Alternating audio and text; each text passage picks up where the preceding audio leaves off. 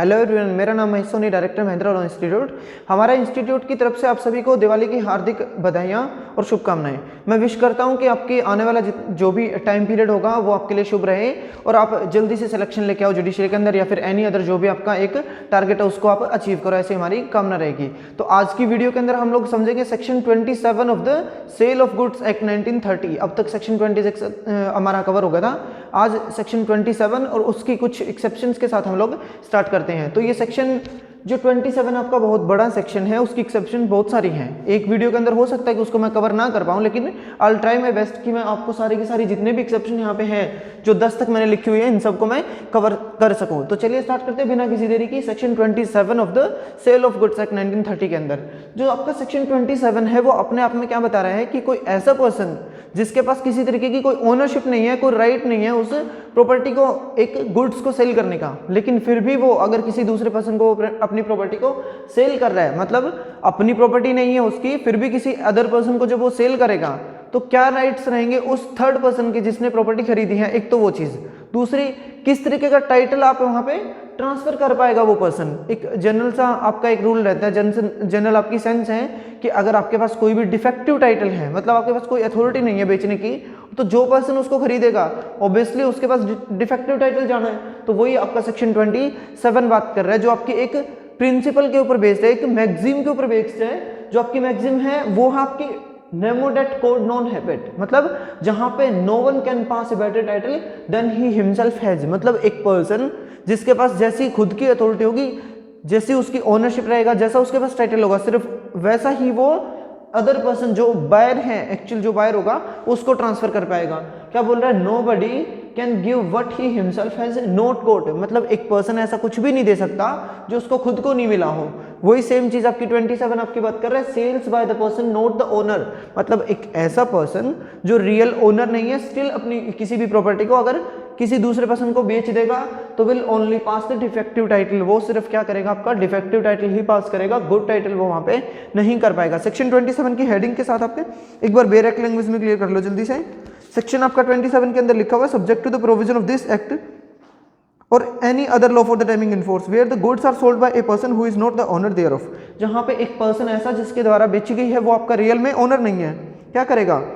Who does not sell them under the authority. Generally क्या होगा कि वो पर्सन किसी अथॉरिटी के बिना वो वहां पे बेच नहीं सकता है, और with the consent of the owner, या फिर क्या कर रहा है कि किसी अदर पर्सन जो आपका ओनर है ना, उसकी कंसेंट के साथ वहां पे बेचने के लिए एलिजिबल नहीं है, बिना कंसेंट के वो बेच रहा है। उस केस में क्या करोगे? जो भी पर्सन खरीदेगा उसके पास वो टाइटल नहीं जाने वाला है। लेकिन उसकी कुछ सर्टेन एक्सेप्शन दे रखी है यहाँ पे कि क्या क्या एक्सेप्शन है, किन किन केसेज में जो बायर होगा ना, जिसने प्रॉपर्टी आपकी डिफेक्टिव ओनर से खरीदी है, मतलब जो रियल ओनर नहीं था उससे जो प्रॉपर्टी खरीद ली, उससे जो बायर होगा नए वाला, उसके क्या क्या राइट्स होंगे, उसके पास क्या क्या प्रॉपर्टी जाएगी, किसके थ्रू बोल सकते हैं कि उसके पास उसका गुड टाइटल चला जाएगा।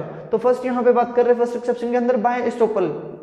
एस्टोपल जो आपका 115 of the Indian evidence act के अंदर हम लोग ने पहले कवर कर लिया था। क्या बोल रहा है कि एक पर्सन जिसने ऐसी कोई भी मिस रिप्रेजेंटेशन दी, जिसमें यहाँ पे बोलता है कि मैं ही इस प्रॉपर्टी का रियल ओनर हूं, उसके बेस पे जो सामने वाला पर्सन है ना कुछ एक्ट करेगा, उसकी मिस रिप्रेजेंटेशन के ऊपर बिलीव करके कुछ एक्ट कर रहा है, उसी को बोलते हो आपने कि एस्टोपल लग गया उस बेचने वाले पर्सन के ऊपर, कि बाद में वो मना नहीं कर पाएगा। यहाँ पे क्या बोल रहे हैं कि एस्टोपल एक तरीके से ऐसा एक एग्जांपल आया था कि कोई भी एक मदर थी और एक सन था, दोनों आपके प्रेजेंट थे, उनकी प्रेजेंस में जो सन था ना उसने प्रॉपर्टी किसी अदर पर्सन को बेच दी, तो वहां पे जो मदर थी वो चुप रहती है, मतलब बाय साइलेंस, या फिर आपका कोई कंडक्ट ऐसा कर रही है जिसको देख के जो यहाँ पे ना एक अंदाजा लगेगा कि आपने कंसेंट दे दी है, उस मदर ने कंसेंट दे दी है, तो बाद में ऐसे मना नहीं कर सकती कि मेरी प्रॉपर्टी का बेचने के लिए उस टाइम पे एलिजिबल नहीं थे। रीजन बीइंग कि वहां पे उस टाइम पे जब आपका बेटा वो प्रॉपर्टी बेच रहा था, तो यहाँ पे आपकी एक ड्यूटी बनती थी, ड्यूटी टू स्पीक। उस टाइम पे आपको बोलना चाहिए था कि नहीं, आपको ये प्रॉपर्टी बेचने के लिए मैं कंसेंट नहीं दे रही हूँ। बाय कंडक्ट ऐसा लगा था उस टाइम पे कि मदर ने कंसेंट दे दी थी, तो बाद में वहां पे क्या करेंगे कि एस्टोपल लगा देंगे उनकी मदर पे, वो मना नहीं कर पाएगी कि मैंने यहाँ पे कंसेंट नहीं दी थी। तो उस केस में जो भी आपका बायर होगा ना, वो प्रॉपर्टी का गुड टाइटल यहाँ पे लेने के लिए इंटाइटल हो जाएगा। ये लिखा है। दूसरा उसके अंदर आप अगर पार्ट बना के देखो तो बोलते हैं where the owner gives the ostensible authority to sell, जहां पे एक पर्सन ऑस्टेंसिबल आपका section number 41 of the TPA के अंदर दे रखा है कि कोई भी पर्सन, जैसे आप हो, आपकी जो गाड़ी है ना आप बेचने के लिए जा रहे हो, लेकिन उसकी जो आरसी है वो आपके फादर के नाम पे है, तो आपके फादर ने आपको ऑस्टेंसिबल अथॉरिटी दे रखी है एक तरीके से, तो उसी के अंदर बात करोगे। तो जो पर्सन जिसने एक्सप्रेसली किसी को ऑस्टेंसिबल आपकी अथॉरिटी दे दी होगी, तो उस रियल ओनर के ऊपर, मतलब आपका जो फादर होगा, गाड़ी का जो रियल ओनर है, उनके ऊपर भी आपका क्या रहेगा, एस्टोपर लगेगा, और उनको वो बेटर टाइटल यहाँ पे ट्रांसफर करना पड़ेगा किसी नए बायर के पास। सेकंड आपके बात कर रहा है प्रोविजो के अंदर दे रखा है इसी सेक्शन की। अगर बेयर की लैंग्वेज पढ़ोगे ना तो बहुत सारे सेक्शन है, ये एक वीडियो के अंदर कवर हो नहीं पाएगी, तो मैं ट्राई कर रहा हूँ कि आपको एक कंसेप्चुअल बेस पे पूरा का पूरा कवर कराने की एक ही वीडियो के अंदर, ताकि आपका कवर हो जाए। तो आपका जो सेकंड एक्सेप्शन है वो आपकी फॉल करती है इसी सेक्शन के अंदर, प्रोविजो के अंदर, कि कोई भी ऐसा पर्सन जो मर्केंटाइल एजेंट है।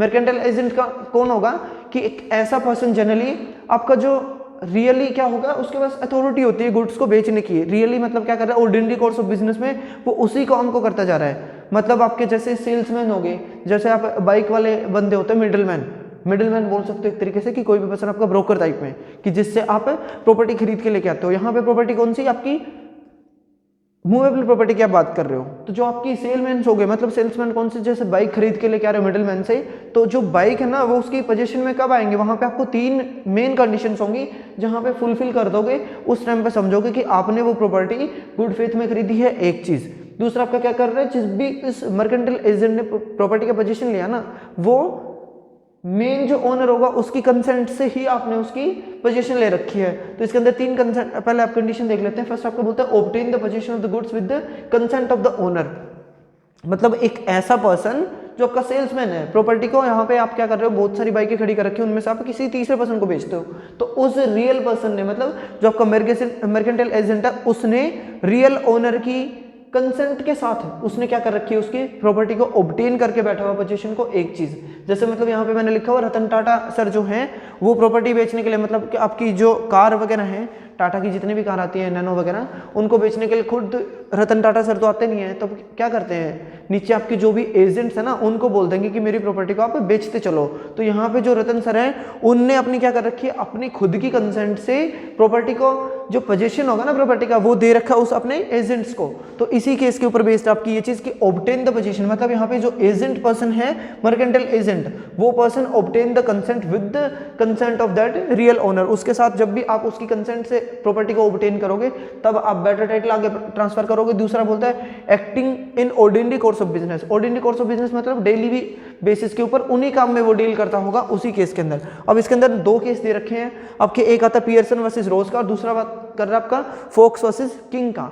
इस केस में क्या होता है कि एक पर्सन आपका जो पियर्सन है वो पर्सन आपकी किसी कार को उस रोज के पास खड़ा करके जाता है, कार को सिर्फ इस पर्पज से कि उसकी आप मार्केट वैल्यू पता कर दो मेरे को कि कितनी वैल्यू के ऊपर मेरी कार बिक सकती है, सिर्फ उसके लिए। लेकिन वो पर्सन पीछे से क्या करता है, पियर्सन उस गाड़ी को बेच देता है। बेच देगा तो क्या था कि जनरली वो आपका ऑर्डिनरी कोर्स ऑफ बिजनेस के अंदर नहीं बोला जाएगा, जैसे वो उन्हीं के साथ डील कर रहा है, लेकिन यहाँ पे एक्सप्रेसली अथॉरिटी नहीं थी कि उसको वो बेच सके। तो जो रियल ओनर होगा ना उसको आप यहाँ पे गुड टाइटल नहीं दे पाओगे, रीजन उसका गुड फेथ में इस बंदे ने काम नहीं कर रखा।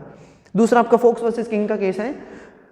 तीसरा जो इसके अंदर कंडीशन है वो आपकी फुलफिल करनी पड़ेगी, जो बायर पर्सन होगा ना जिसने वो प्रॉपर्टी खरीद रखी है उसको आप क्या करोगे कि गुड फेथ में उसने वो चीज खरीदी होनी चाहिए। इसके अंदर आपका एक फर्स्ट था कि जहां पे obtain the position of the goods with the consent of the, दूसरा आपका बोलता है acting in ordinary course of business, और तीसरा बोलता है आपका जहां पे बायर पर्सन था उसने गुड फेथ में खरीद ली, उसको लगा था कि जो सेल्समैन है ना उसके पास एक्सप्रेसली अथॉरिटी दे रखी है प्रॉपर्टी को बेचने की उस केस में। और इस बात को प्रूव करने का बर्डन रहेगा, बर्डन ऑफ प्रूफ हमेशा आपका बायर पे रहेगा कि मैंने वो property without the knowledge of that fact था कि मेरे पास उसकी अथॉरिटी नहीं है, या फिर उसके पास अथॉरिटी नहीं थी बेचने की, क्या चीज थी, डिफेक्टिव टाइटल, इस बात की मेरे को नॉलेज नहीं थी। इस बात को प्रूव करने का बर्डन हमेशा बायर के ऊपर रहेगा। अब जो आपकी नेक्स्ट एक्सेप्शन है वो आपकी फॉल करती है सेक्शन नंबर 28 के अंदर, जो आपका बात कर रहे हैं sale by one of the joint owner. कोई भी प्रॉपर्टी है जहां पे उसके कई सारे ओनर हैं लेकिन सबने कंसेंट देके उसकी प्रॉपर्टी का जो पोजीशन है वो किसी एक पर्सन के साथ रखा हुआ है। जैसे मतलब यहाँ पे मैंने लिखा हुआ ए, बी और सी, 3 पर्सन है, तीनों ने मिलकर एक कार खरीद ली। अब तीनों में से कार खरीद तो लेकिन खड़ी करने की जगह जहां पे नहीं थी तो ए के घर में खड़ी कर रखी है। अब ए पर्सन था, उसने वो प्रॉपर्टी किसी अदर पर्सन को बेच दी। अब जब किसी अदर पर्सन को बेचोगे तो उसको तो नहीं पता ना कि आपके जो रियल ओनर है वो 2 या 3 कितने हैं। पोजीशन जिसके पास था, आप जनरली क्या देखते हो section 110 of the evidence act के अंदर क्या देखते हो कि जिसके पास पोजीशन है उसी को आप ओनर प्रेमा फेसाई मान लेते हैं। तो यहाँ पे यही हुआ था कि जब भी कोई पर्सन है वो अपना इस एक पर्सन को समझ ले कि वो रियल ओनर है, तो उसको आप गुड टाइटल ही हमेशा ट्रांसफर करोगे। नेक्स्ट आपकी एक्सेप्शन बात कर रही है फोर्थ के अंदर की, जहाँ पे sale by a person in the position under the voidable contract. Voidable contract आपके सेक्शन 19 और 19A के अंदर दे रखे हैं कॉन्ट्रैक्ट एक्ट के अंदर। तो वहां पे जब भी कोई कॉन्ट्रैक्ट हुआ था वो इनिशियल स्टेज से क्या था कि आपका वैलिड था, लेकिन वो आपका एक तरीके से देखा जाए तो वॉइडेबल कॉन्ट्रैक्ट था जिसको आप वॉइड करवा सकते थे, लेकिन अब तक उस प्रॉपर्टी का आपने उस कॉन्ट्रैक्ट को आपने रिसाइन नहीं कर रखा, मतलब उसको अभी तक वॉइड करवाया नहीं था। करवाओगे नहीं तो क्या समझेगा जो बाय पर्सन प्रॉपर्टी खरीदने आएगा कि आपका जो पुराना कॉन्ट्रैक्ट था वो वाला आपका वैलिड था जिसके अंडर आपने पोजीशन लिया हुआ है, तो मैं उसका हकदार हो जाऊंगा कि मेरे को उसका गुड टाइटल मिले। तो इसी केस में क्या है कि कोई भी पर्सन ऐसा है जिसने प्रॉपर्टी को पोजीशन में तो ले लिया, लेकिन वो आपका जो कॉन्ट्रैक्ट था ना वो वॉइडेबल था, उस केस में नए बायर को नहीं, अगर इस बात का नहीं पता तो उसको गुड टाइटल हमेशा ट्रांसफर करा जाएगा। नेक्स्ट आपका बात कर रहा है sale by the seller in position after sale. अब ए और बी दो पर्सन है, जिसने ए ने प्रॉपर्टी बी को बेच दी, बेचने के बाद भी प्रॉपर्टी का पोजीशन सेलर के पास अभी, सेलर ने प्रॉपर्टी की ओनरशिप जो है वो भी अपने पास रखी हुई है और पोजीशन है वो भी अपने पास रखा है, क्योंकि उसको पेमेंट नहीं मिली। हो सकता है ऐसा कुछ कि उस केस में ए ने प्रॉपर्टी पहले बी को बेच दी, बी को ट्रांसफर होने से पहले ए ने प्रॉपर्टी सी को बेच दी। अब जो सी पर्सन है उसको प्रूव करना पड़ेगा कि मेरे को इन ए और बी के कॉन्ट्रैक्ट के बारे में नहीं पता था, तो इसको भी आप गुड टाइटल दे दोगे। नेक्स्ट के अंदर ऐसा इसके अंदर है कि जब भी सेल आपकी बायर के द्वारा करी जा रही है, यहाँ पे क्या है कि ए ने बी को प्रॉपर्टी बेच दी, बेचने के बाद हो सकता है कि उनका कंप्लीट सेल जो प्रोसेस था वो कंप्लीट नहीं हुआ था, उससे पहले प्रॉपर्टी बी ने सी को दे दी, मतलब कि ए ने प्रॉपर्टी बेचने के बाद बी को पोजीशन दे दिया, लेकिन कंप्लीट तरीके से एग्जीक्यूशन नहीं हो पाई थी, उससे पहले ही इनके कॉन्ट्रैक्ट का एग्जीक्यूट होने से पहले बी ने प्रॉपर्टी किसी नए बायर सी को बेच दी। अब सी को प्रूव करना पड़ेगा कि मैंने वो गुड फेथ में खरीदी और मेरे को इन ए और बी के कॉन्ट्रैक्ट का नहीं पता था, तो सी पर्सन को आप गुड टाइटल दे दोगे। नेक्स्ट आपका बात कर रहा है resale by the unpaid seller. अब अनपेड सेलर आपका section 45 of the sale of goods act के अंदर दे रखा है कि कोई भी ऐसा पर्सन जिसने अपनी गुड्स तो बेच दी, लेकिन उसको प्रॉपर जितनी कंप्लीट उसका जो कंसिडरेशन था, मनी थी, वो उसको नहीं मिली है, 1 रुपये भी कम मिला ना, तो उसको भी आप बोल दो कि अनपेड सेलर है। अब अनपेड सेलर पहले क्या करेगा, आप लीन के राइट को एक्सरसाइज करेगा कि मेरे को जब तक प्रॉपर्टी के पैसे नहीं मिलते तब तक उस प्रॉपर्टी के ऊपर कब्जा जो है वो मैं बनाए रखूंगा। अब उसने कब्जा बना के रखा हुआ है, लेकिन एक रीजनेबल टाइम पीरियड था जिसका लैप्स हो जाने के बाद उस प्रॉपर्टी को उसने अनपेड सेलर ने किसी नए पर्सन को बेच दी है आफ्टर नोटिस। यहाँ पे ना सेक्शन 54 का क्लोज सेकंड जो है वो एप्लीकेबल हो रहा है। 54 के अंदर और भी बातें लिखी कि उसने विदाउट द नोटिस बेची थी या फिर विद द नोटिस बेची, उसके अंदर उसका जो भी बेनिफिट्स होंगे, उसके जो भी लॉसेज होगा, उनको बियर करने की रिस्पॉन्सिबिलिटी किसकी होगी, वो सेक्शन 54 अलग से पढ़ लेंगे दोबारा।